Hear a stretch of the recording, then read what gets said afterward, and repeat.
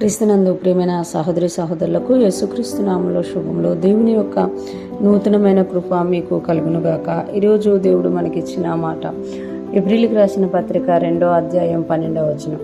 నీ నామమును నా సహోదరులకు ప్రచురపరుతును, సమాజముల మధ్య నీ కీర్తిని గానము చేతును అనెను. ఈ మాటలు మనం హెబ్రీలకు రాసిన పత్రికలో చూస్తున్నాము. హెబ్రీ గ్రంథకర్త ఇక్కడ యేసయ్య మనల్ని సహోదరులుగా చూస్తున్నారు అనే దాన్ని తెలియజేస్తూ ఈ మాట ఇక్కడ తెలియజేస్తున్నారు. నీ నామమును నా సహోదరులకు ప్రచురపరుతును అని అంటున్నమాట. అంటే నీ నామమును అంటే దేవుని యొక్క నామాన్ని యేసయ్య మనకి ప్రచురపరుతారు అని చెప్తున్నట్టుగా ఇక్కడ హెబ్రీ గ్రంథకర్త చెప్తుందన్నమాట. ఎందుకంటే మనం పై వచనాలు ఒకవేళ గమనిస్తే 10వ వచనం నుండి మనం చూసుకుంటే, ఎవని నిమిత్తము సమస్తమును ఉన్నవో, ఎవని వలన సమస్తమును కలుగుచున్నవో ఆయన అనేకులైన కుమారులను మహిమ తెచ్చుచుండగా వారి రక్షణకర్తను శ్రమల ద్వారా సంపూర్ణునిగా చేయుట ఆయనకి తగును. పరిశుద్ధపరచబడు వారికి అందరికీ ఒక్కటే మూలము. ఈ హేతువు చేతనే వారిని సహోదరులను పిలుచుటకు ఆయన సిగ్గుపడక నీ నామమును నా సహోదరులకు ప్రచురపరుతును. అంటే యేసయ్య శ్రమల ద్వారా పరిపూర్ణుడై దేవుని యొక్క కార్యం చేసిన తర్వాత ఎప్పుడైతే ఆయన ఆ యొక్క శిలువ త్యాగం చేశారో ఆ తర్వాత ఆయన మనల్ని అందరినీ కూడా సహోదరులు సహోదరులను పిలుస్తున్నారు అని చెప్తున్నారు.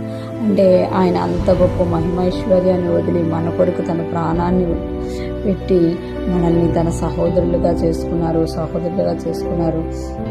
చేసుకొని ఆయన నీ నామమును నా సహోదరులకు ప్రచురపడుతును. అంటే దేవుని యొక్క నామాన్ని, దేవుని యొక్క పనిని దేవుడు మనకి సహోదరులుగా తెలియచేస్తున్నట్టుగా ఇక్కడ హెబ్రీ గ్రంథకర్త వివరిస్తుంది అనమాట. అంతేకాకుండా సమాజముల మధ్య నీ కీర్తిని గానము చేతును.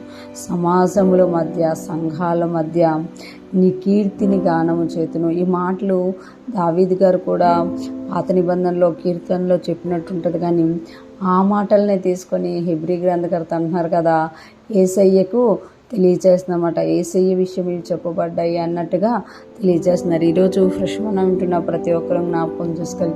యేసయ్య మన కొరకు సిలువలో శ్రమ పొంది మన కొరకు తన మహిమను విడిచిపెట్టి వచ్చి మన కొరకు గాయపరచబడిన ఆయన మనల్ని ఏం చేస్తున్నారు అంటే సహోదరులుగా చూస్తున్నామట. అంటే ఏదైతే దేవుడు చేశారో దానిని మనకు ప్రచురపరుస్తున్నారన్నమాట.